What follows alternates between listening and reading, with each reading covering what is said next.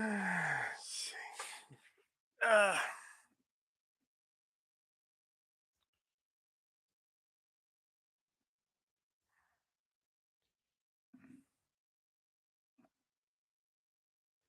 okay, so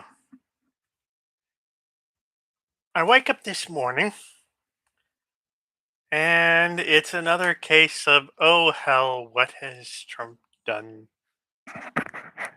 today? And the answer, of course, is that he has basically abducted, captured President Maduro of Venezuela. Putting aside the horrifying precedent that this sets, which Trump doesn't care about because Trump can't think past his the end of his nose. Um, well, let me be blunt here. I have been a politically active blogger and um, social media poster for the last 23 years, give or take. So almost a quarter century worth of digital opinionation, which means if you do your math properly, you'd understand that I began this sort of hobby, I guess you could call it, the political commentary.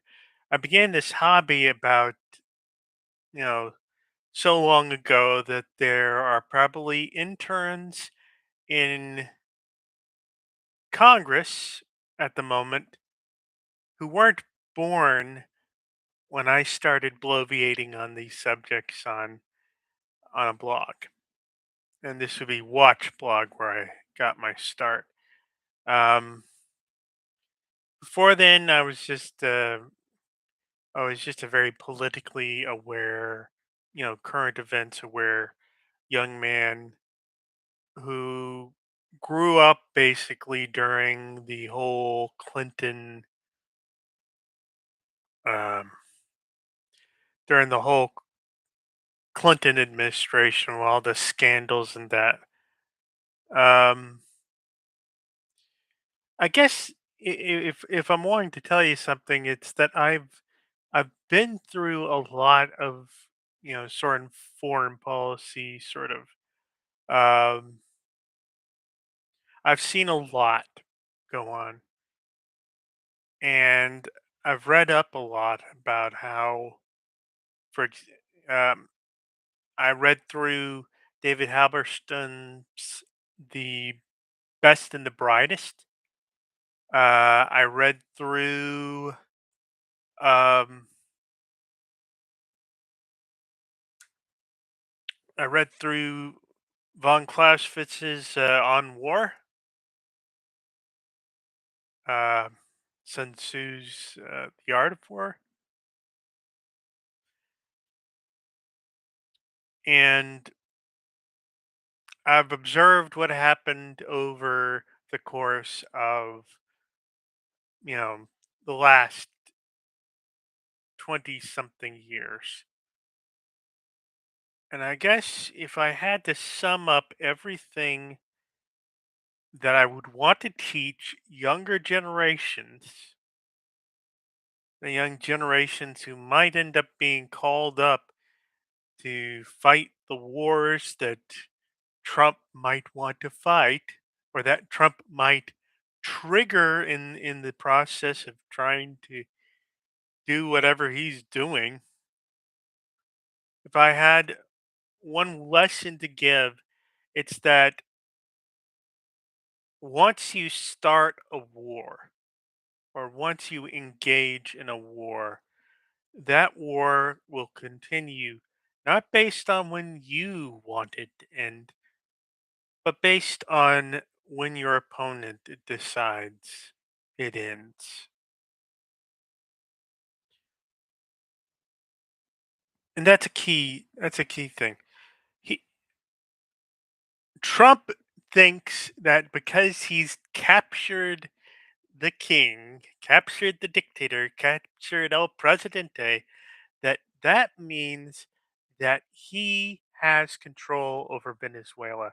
And that I will almost, I'm not an expert in the field of foreign policy, but I can tell you that that is almost surely untrue. You've taken the president. Don't these people have continuity of government plans? Have somebody who is designated as the next leader should the first leader fall or die?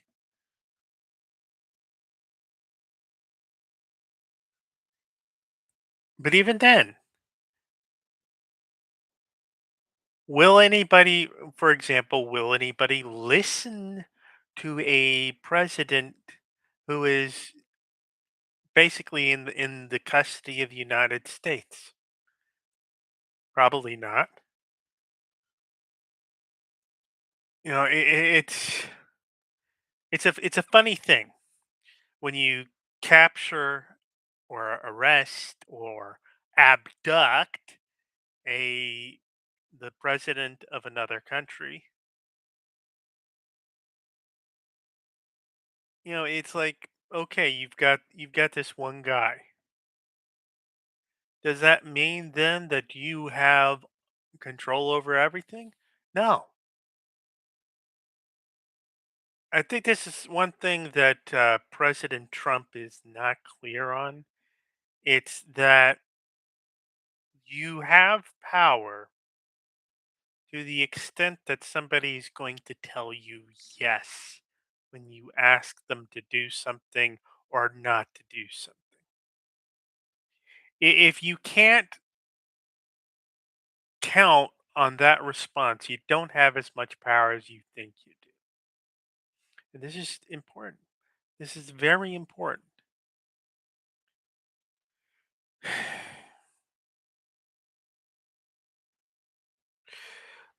What we have doing going on here is the president of this country has ordered the capture of the president of another country. But once he has that person in hand, what does that mean? Does that mean, are the people in that country going to suddenly go, okay, whatever President Trump wants us to do, we'll do? No, that is not the way it works. Unless you've got some sort of arrangement, which, well, we don't know. Uh, and that would still be a rather corrupt thing to do. Unless you got some sort of arrangement, then the people in charge of that country can basically say, well, you've got our president. Sucks to be him. I'm the president now. I'm the leader now. And since you just took our president, that's an act of war. And now we're at war. And if your people show up in our territory, we'll be at war. Now, we often use our status as a nuclear power, as a power with an indomitable military.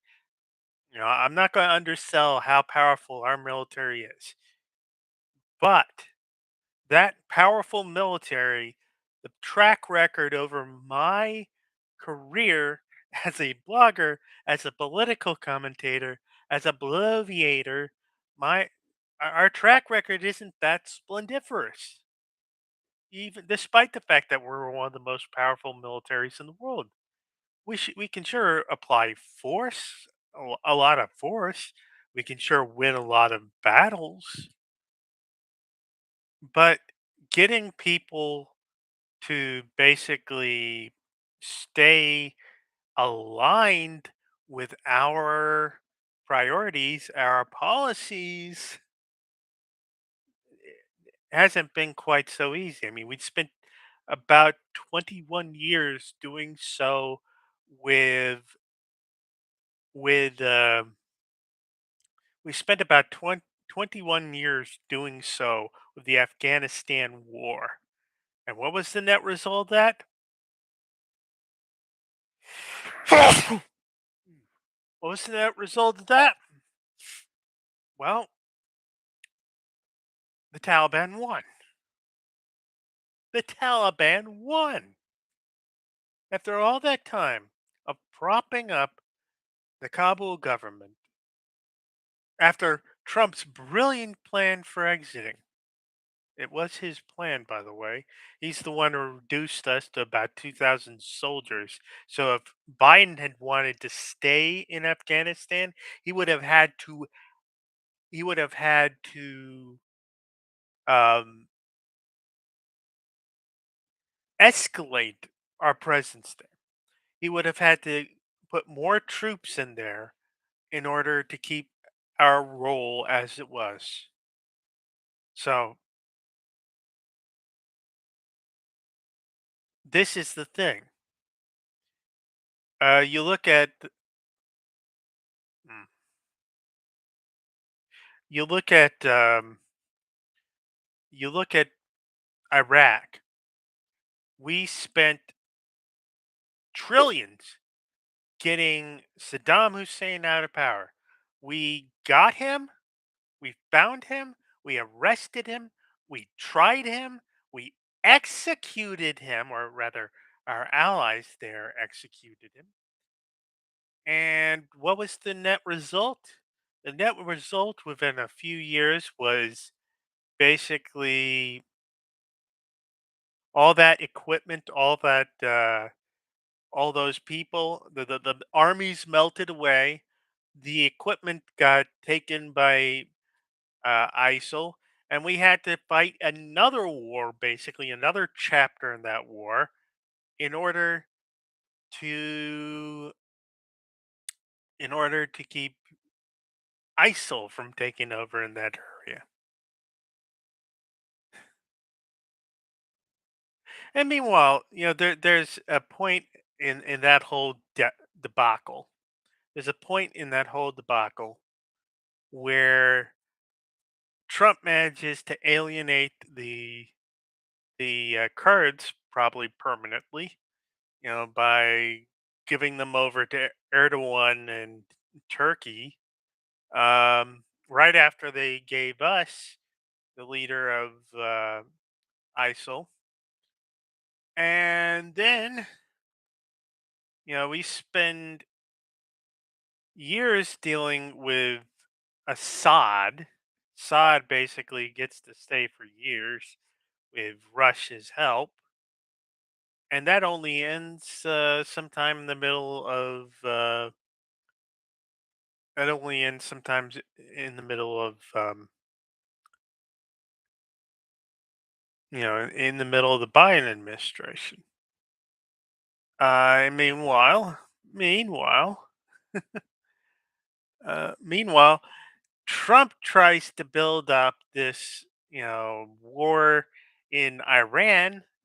Tries to build up a fight there, but then his political advisors tell him, "Oh, if you start another war, you're going to lose the next election." So after basically deploying a Ginsu Hellfire missile against a major Iranian general, he has to eat it while our our soldiers get hit by a missile barrage in response that ends up wounding dozens of them. Yeah.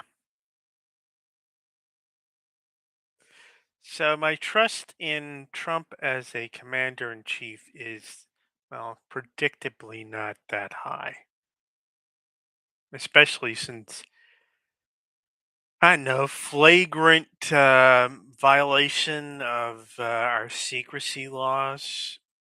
that he only got out of because he had a pet judge basically overrule the substance of what I would judge to be a completely constitutional independent counsel law. I mean, jeez Louise. But Trump is not a big thinker.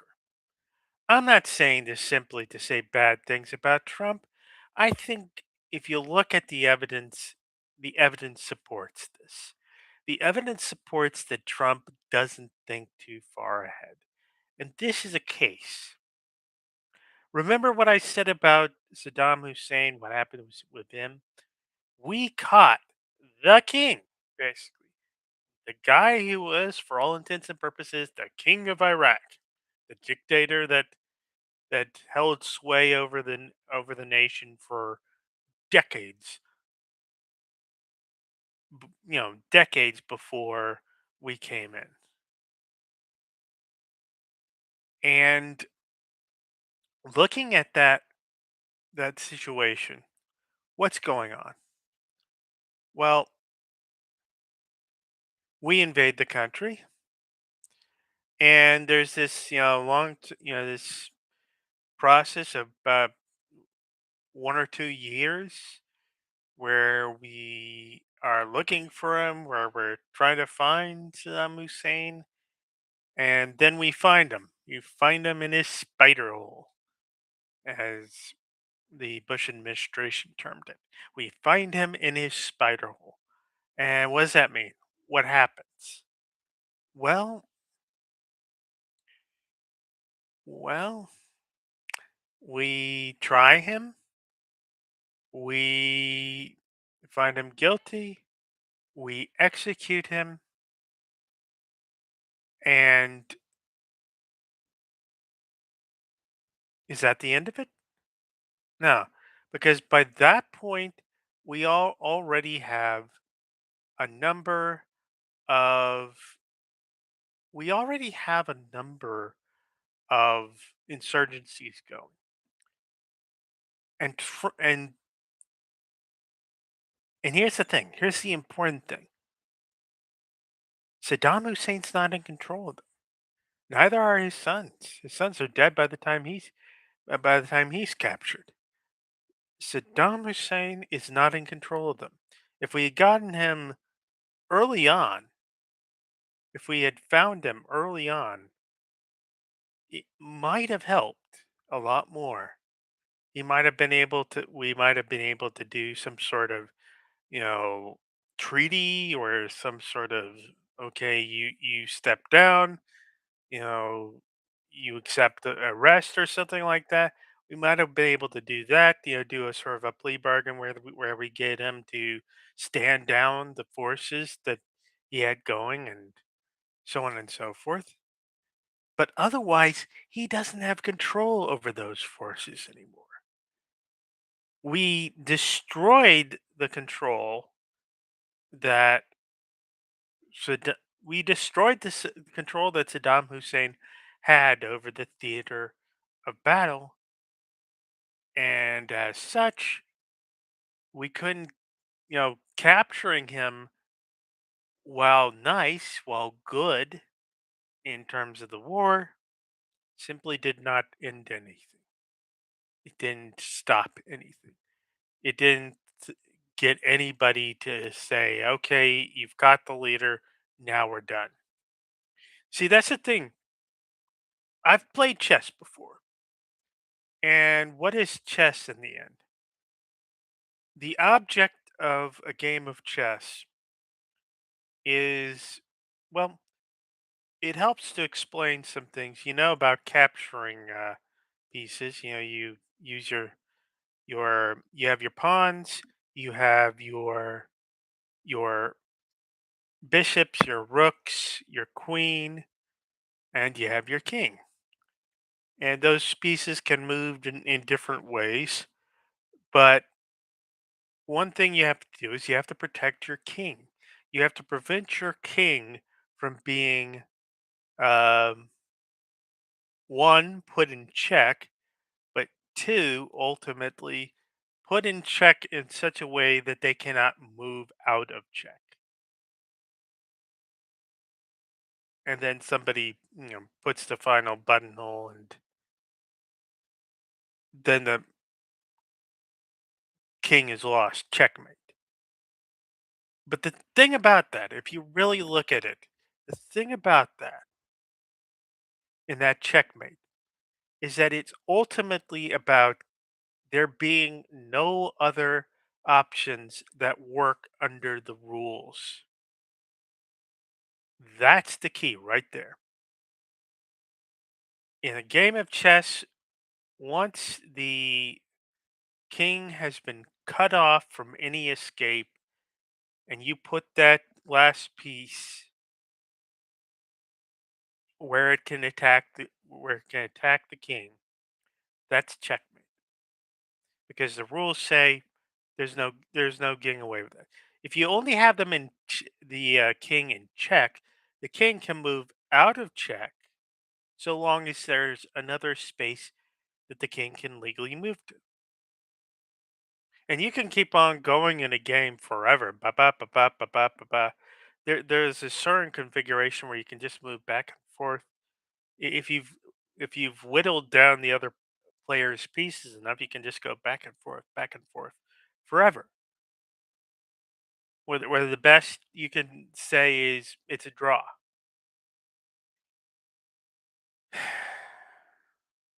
But to get that checkmate, you have to get a certain configurations of pieces on the board that limit the other side in what it can do. This is an essential part of military success. Now we've succeeded at capturing Maduro, but what power does that capture give us over Venezuela? I would venture to say, without some other thing, scheme, or whatever at work, it gives us absolutely no power. Another person can pop up and say, I'm the new president, so we're just going to we're now in a state of war. Uh, if your folks come on by, we're going to shoot at you. If you land troops here, we're going to shoot at you. And yes, you could use superior firepower to start attacking those, start trying to take ground in Venezuela, start trying to take control of areas in Venezuela. We can try doing that. But it I don't know what it is with the way we seem to like to take over places that are so freaking difficult to control. And one thing that can make a country difficult to control is terrain. One of the problems we were facing if we went to war in Iran is just how mountainous Iran is. One of the problems that we did face in Afghanistan was how mountainous Afghanistan is. A mountainous terrain gives an advantage to those who are natives of the area. It gives them plenty of places to hide. It reduces our ability to see from one part of the country to another. It gives them hiding places, especially if you've got the kind of jungles that Venezuela has. Um, or it's got mountains, it's got jungles, it's got all sorts of places where people could hide. And if you do succeed at smashing the central government, well, the warlords or other sort of people involved can turn around and just retreat back into the mountains. And meanwhile, if you're trying to extract resources, there you have a target that an insurgency will almost certainly strike at. Why? Because it's what you want. It's what justifies your presence. If you can't, if you can't, get that oil, then all this, taking Maduro out from power doesn't get you anything.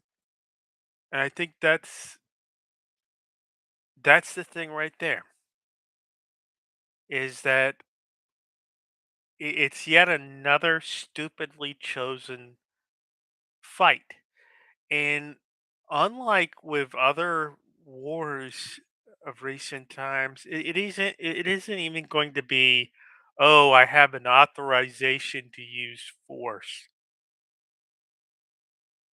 No, it's not even that.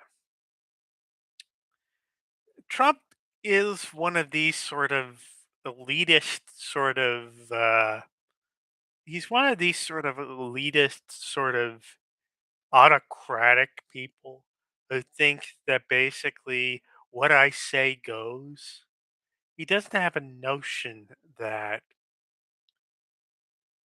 the nerves may not go all the way down to the feet, that the power he thinks he has may not go all the way down to where it needs to go. So he's not thinking, oh, I might need to make sure that whoever is successor here, I may not be able to make sure that that person has the trust of the people, or that those people can tell these people to stand down. That's part of the problem with the way modern armies are confronted by insurgencies in this day and age, is that it's very difficult to actually get people to to step back, to stand down. I mean, just ask the next door neighbor. You know, I think they just got done uh, with a decades long, if they are done, with a decades long civil war that ended up fueling a lot of the drug trade because the folks nearby were growing a lot of the Colombian drug cartels and the terrorists. You had these people basically using the West's appetite for drugs to fuel their resistance there. I mean, think about that for a second. It's not.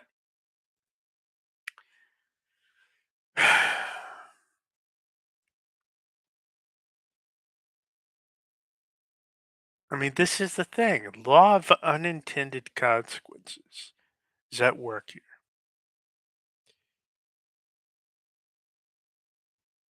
The president has America's foot in an ant pile.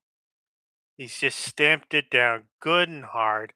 And I'm sure there are plenty of excited Republicans and Trump uh, supporters and MAGA people who think this is a great idea. What they think, what everybody thinks, is irrelevant. What we can do is what's important. But also, in the end, what they can do to us. We've set a precedent for a foreign country coming in and taking another foreign country's head of state. We better keep enough power over the next few decades that nobody can just go and do the same to us. Or if it happens to Trump, that might be, the irony of ironies. But the long story short on that is that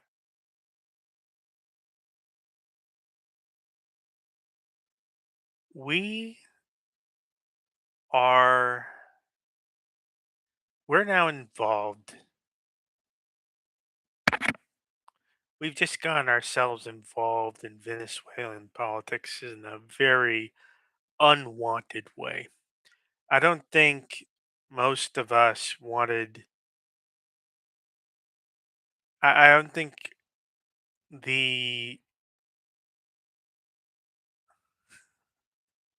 I don't think it's.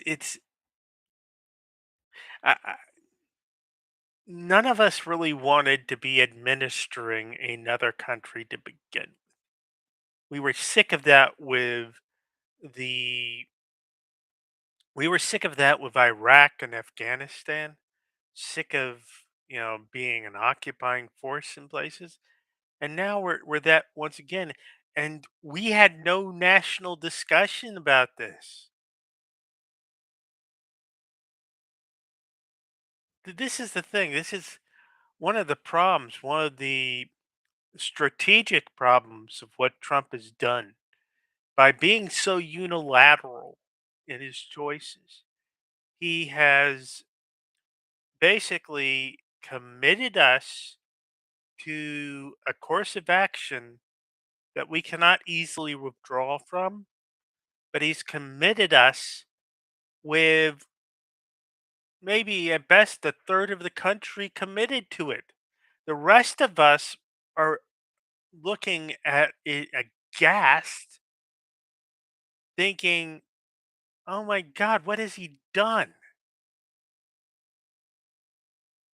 And we're thinking, oh dear, there is a now we're going to be in a war here. What are we going to be doing? Are we going to be, fighting a guerrilla action? Or are we going to be fighting against another state that nobody wanted to actually send an army against? What are we going to be doing for the next decade? Because Trump decided he wanted to take the king.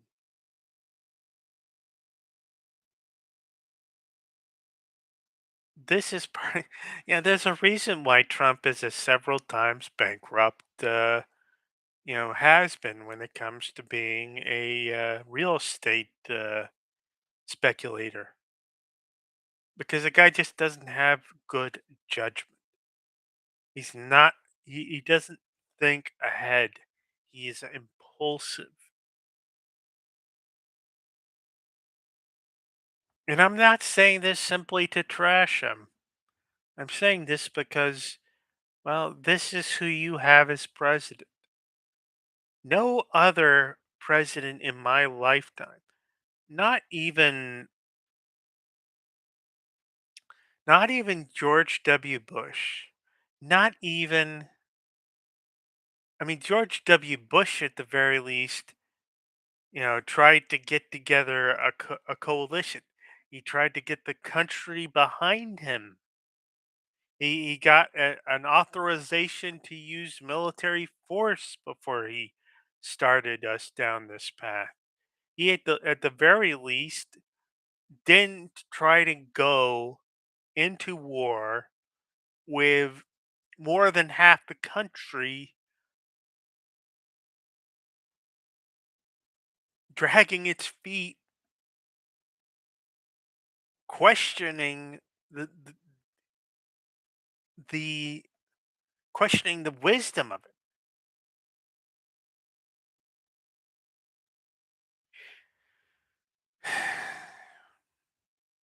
This is Trump has not freed us from the mistakes that marred foreign policy for the last quarter century. No, he's made them much, much worse. He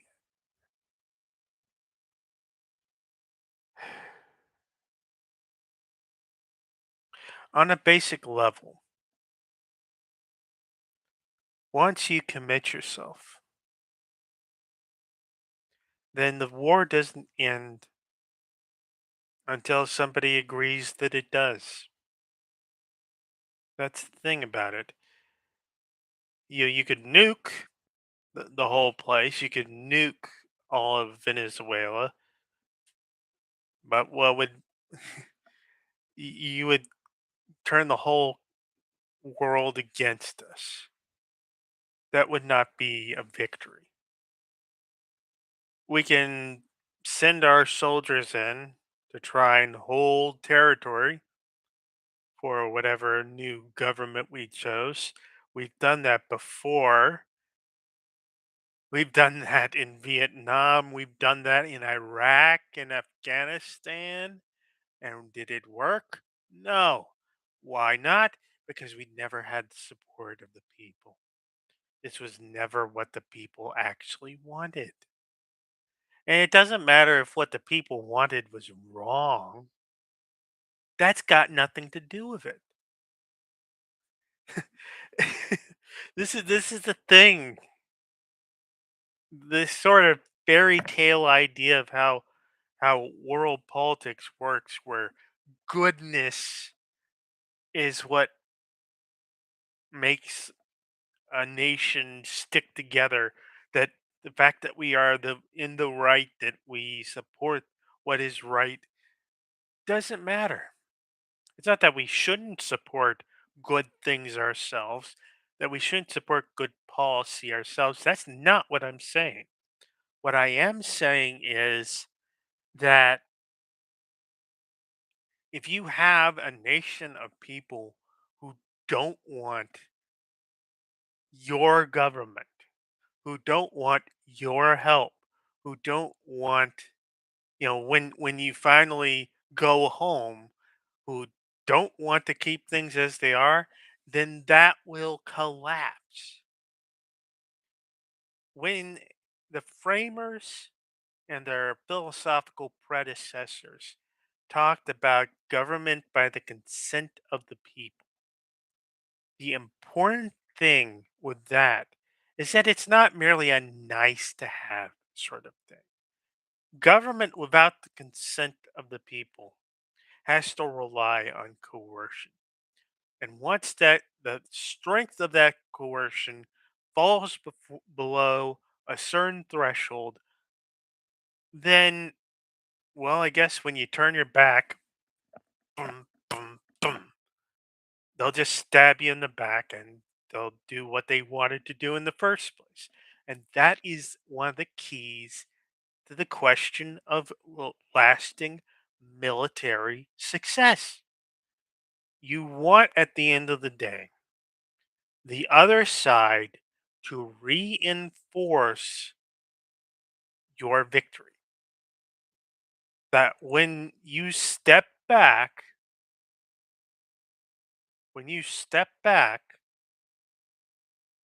you want the people who you were occupying to want it to work. So the people in Europe, they were sick of the World War. They were sick of Nazism. They wanted to get back to some kind of, you know prosperity, to things working again. So they were willing to go with our peace program. The Marshall Plan surely helped a lot with it. And then there was NATO. There was, ultimately how the Cold War helped us sort of shape a sort of, we reinforced, that's the thing. If you go and you look over the course, if you look at Eastern Europe as opposed to Western Europe, in Western Europe, America built a cooperative sort of network. We built the European Union, we built NATO, we built a system where the individual nations were free to govern themselves. In Eastern Europe, the Warsaw Pact, the Eastern Bloc, Russia created a system that depended on coercion. It depended on coercion. So ever since the end of World War II, that place was essentially acting as a Russian occupied sort of territory. And so when the Russians drew back the Red Army, when communism itself collapsed, all the other communist governments quickly collapsed, nor not because of some miracle end of history, but quite simply because everything that was instituted there was being instituted against the will of the people, against their will, by coercion. And so if Trump goes in to Venezuela and he sets up a system of coercion, a system where we're basically managing things militarily and kind of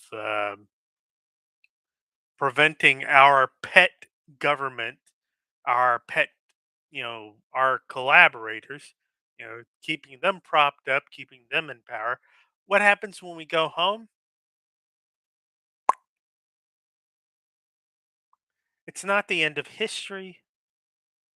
It's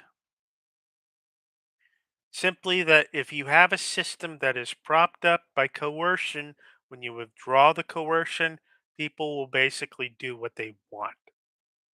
And very often that will come at the expense of whoever you propped up. In the case of Afghanistan, the Kabul government, we propped them up.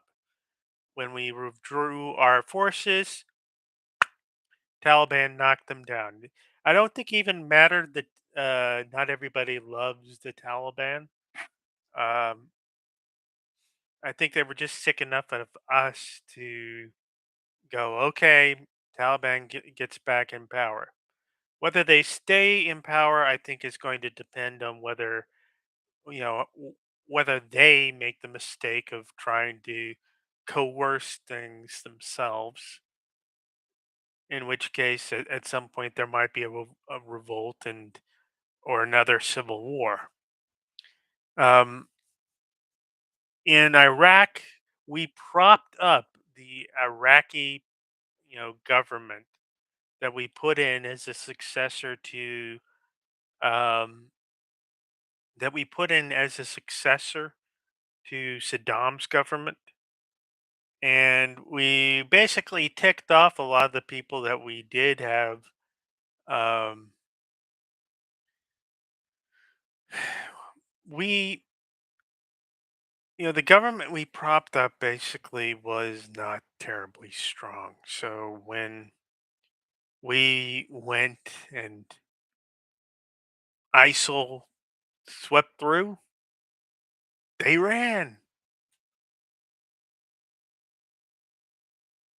Without the big brother to support them.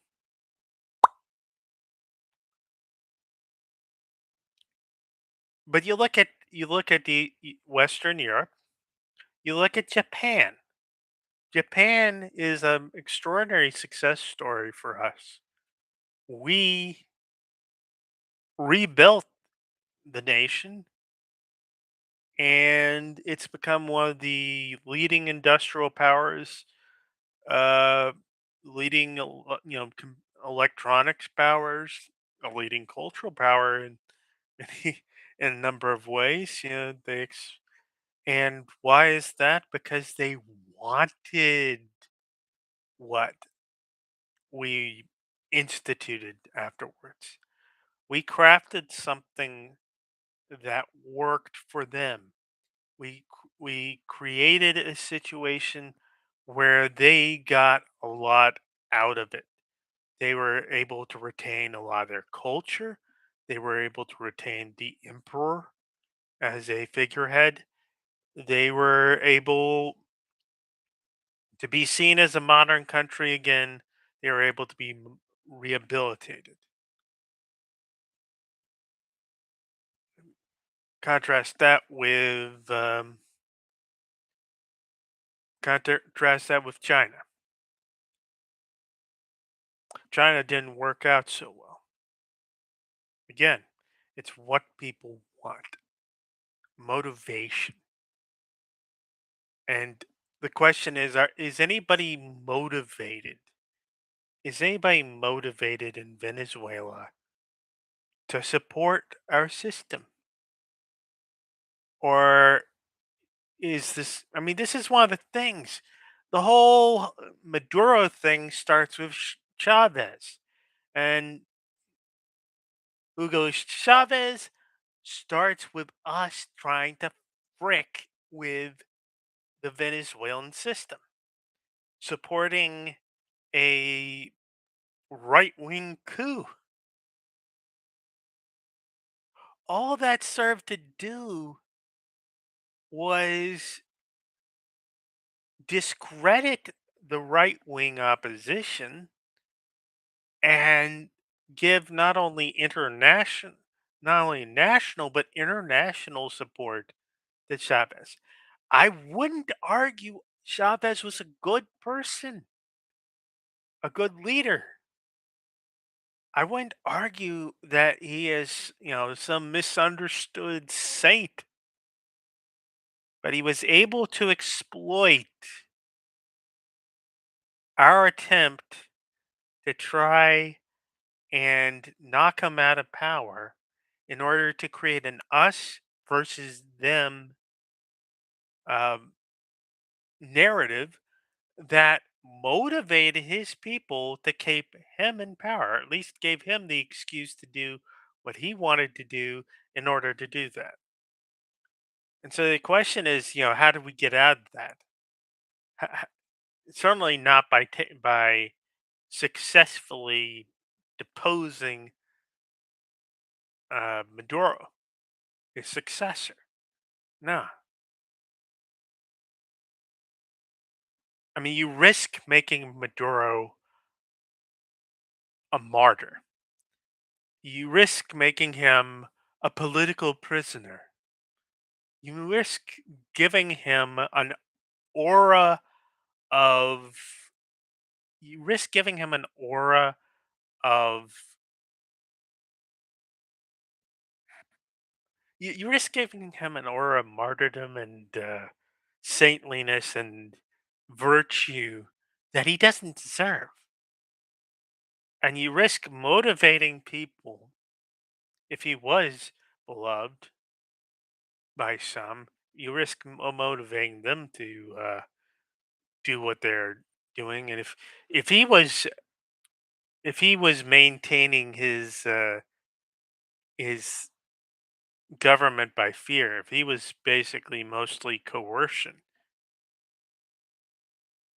you still you've taken one guy who was successfully keeping on top of that pyramid, and now God knows who might be the real successor. You might not even have a stable successor to intimidate into doing so. If you might just you have now a civil war in Venezuela instead of any kind of resolution. And anything that you wanted to extract from there, how are you going to keep it going in the face of a civil war? This is the thing that people don't appreciate about civil wars. They're not that good for the economy. They're not that good for much of anything other than causing, you know, just about every famine you've heard about, with rare exception, has been the result of some sort of fighting, basically cutting off supplies.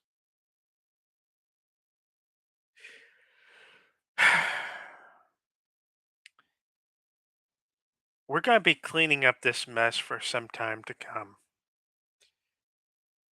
And this is, I was, you know, when Trump was seeking, when Trump was seeking reelection,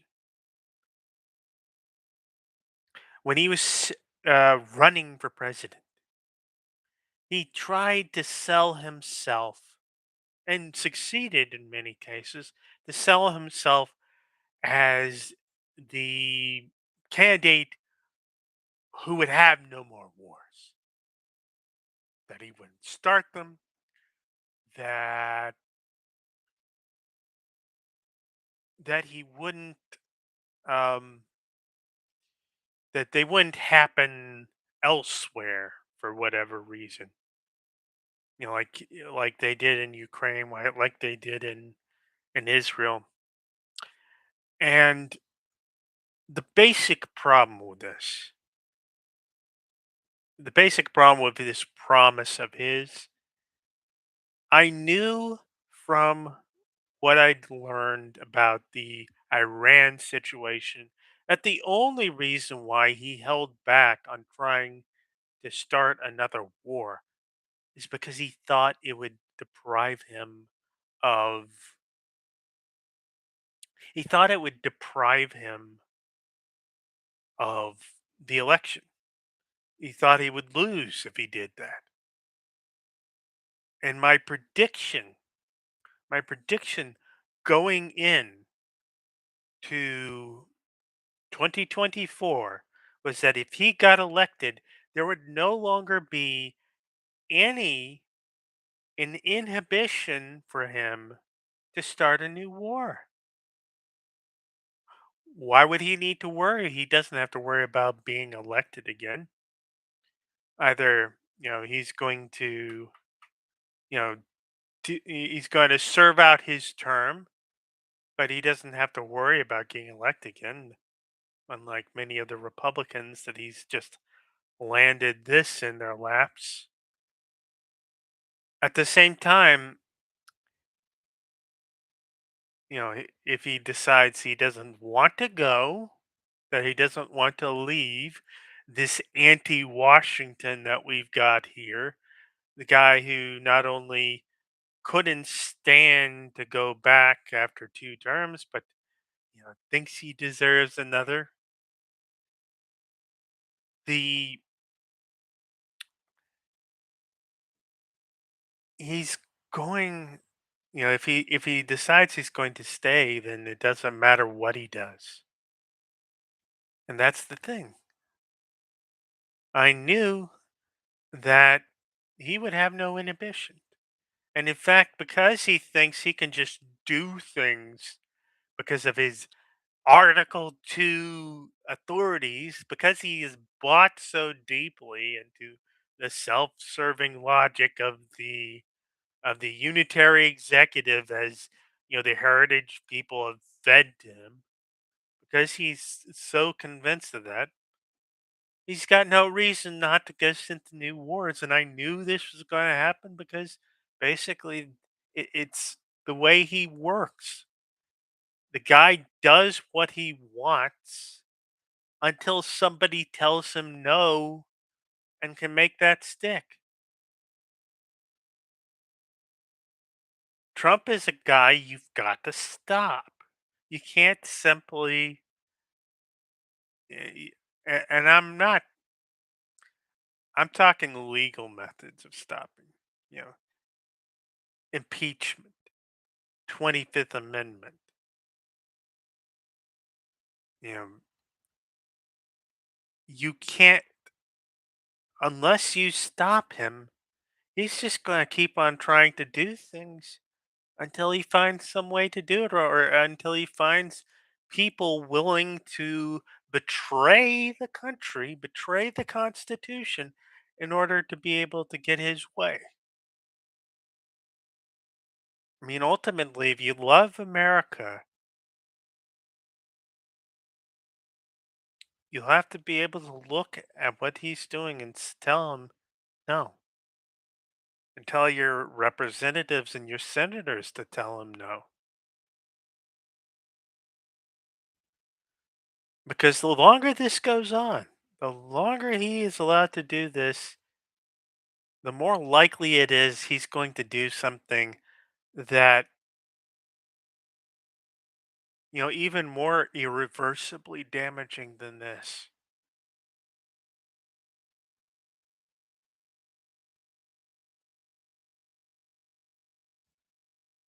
At the end of the day, at the end of the day, we do not need leaders who so erratically and impulsively get us into this kind of situation. Because what happens if we let him go now? What happens if we, you know, at what point do we encourage a proliferation? At what point do we encourage people to make alliances with our enemies? With those who can respond to our sort of power with their sort of power. At what point does Venezuela become a part of an agreement, say, with China, where China guarantees that if we attack them, they attack us? NATO worked in part because it was a defensive sort of alliance, but imagine somebody doing that, you know, with us, to where we can't intervene in other places in this hemisphere because they've allied with powers that will throw nukes at us if we, or will go to war with us if we go to war with these people. Sir, this is part of the thing. With NATO in Europe, if you didn't notice that after uh, Russia invaded Ukraine, Sweden and Finland, who had always been on the fence about allying with one side or the other, decided that they were going to go no NATO, that they were going to become member states because they didn't want to screw around with it. They didn't want to screw around, and you know they didn't want to screw around and wait for Russia to invade them too. And that's the thing. Trump hasn't empowered the US. This doesn't make the US more powerful. This encourages our enemies to plot against us, to join forces with one another. If America can do this to other countries, then it encourages alliances against us to deter us. People are going to want to deter this kind of action against them. And so they'll ally with other nations in order to deter us. I mean, basically, what Trump's doing will lead other nations to try and contain us the way we have contained Russia, and deservedly so. Now, I don't want people trying to contain us. I want people to be doing business with us. I want people to be doing trade with us. I want people doing cultural exchanges with us. I want a world interacting with my nation, not trying to make it into a pariah state like Russia. I want people trading with us, not trying to isolate us, not trying to lob tariffs back at us that we lobbed at them first. Trump wants to be either in a fight or a deal making situation with all the rest of the countries in the world. He doesn't have an idea of collective. He doesn't want to be part of. He doesn't want to yield power. Either he doesn't want to yield the power to unilaterally strike others. He doesn't want to yield the power to unilaterally, bilaterally do deals with them. He wants all the power in his hands. And the problem ultimately with that is that it's like, is it really good at all to have all your all the eggs in that one basket? No. Congress is supposed to Congress is supposed to be consulted with these things. It's supposed to be the one to declare wars, to put us in a state of war with another country. The main reason to have a commander in chief who can act quickly is mainly defensive. Is mainly so that if somebody attacks us, if somebody threatens us or our interests, then we can respond quickly. It's not so that the president can can kidnap foreign leaders. It's not so that the president can act like a freaking pirate. It's not so that the president can be a tyrant.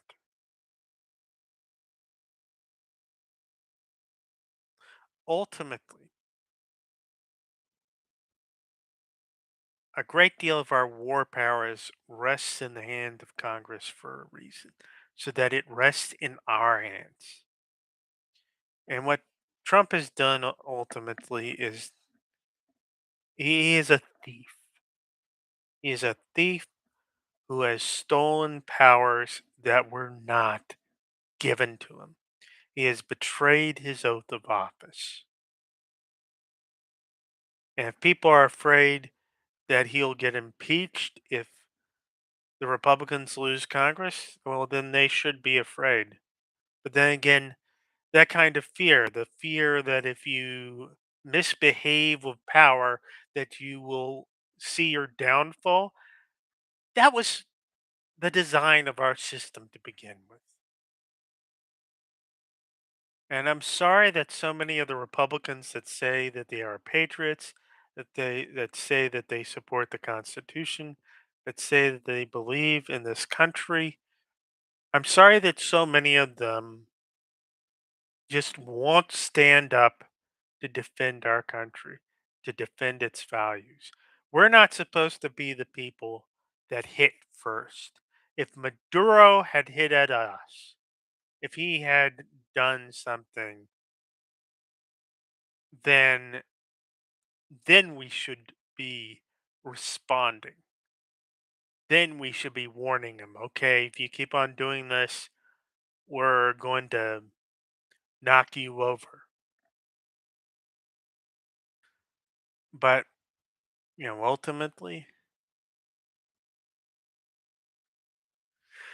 ultimately Trump's trying to act like he's some sort of Russian czar, like he's some sort of king. This is what we were protesting against with the No Kings protest. That's what we were that's what we were talking about.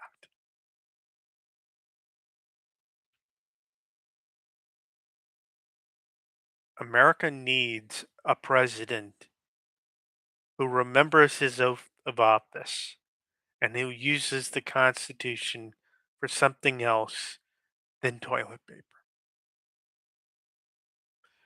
But it also needs a president who is wise enough to look at the scope of the last 25 years of American history, the last 30, 40 years, to look across that and ask the question, when do we actually win a war? We need somebody in charge who recognizes that until we can really make somebody, you know, bend to our will and make that stick, until then, we haven't won anything. We haven't taken the king off the board.